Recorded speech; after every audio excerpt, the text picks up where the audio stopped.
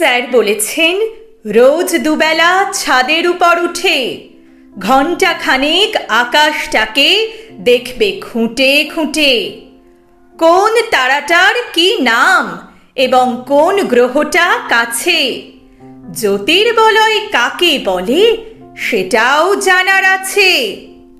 Sir বলেছেন আকাশ মানেই টুকটুকে লাল থালা, শিরীষ গাছে ঝুলন্ত চাঁদ, সাদা বকের মালা।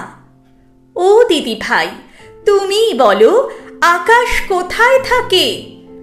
সবার আকাশ হারিয়ে গেছে হাই রাইজের ফাঁকে। আমি এখন ঘরে বসে আকাশকে নিই চিনে, নীল রঙা এক চৌকো আকাশ কম্পিউটার স্ক্রিনে।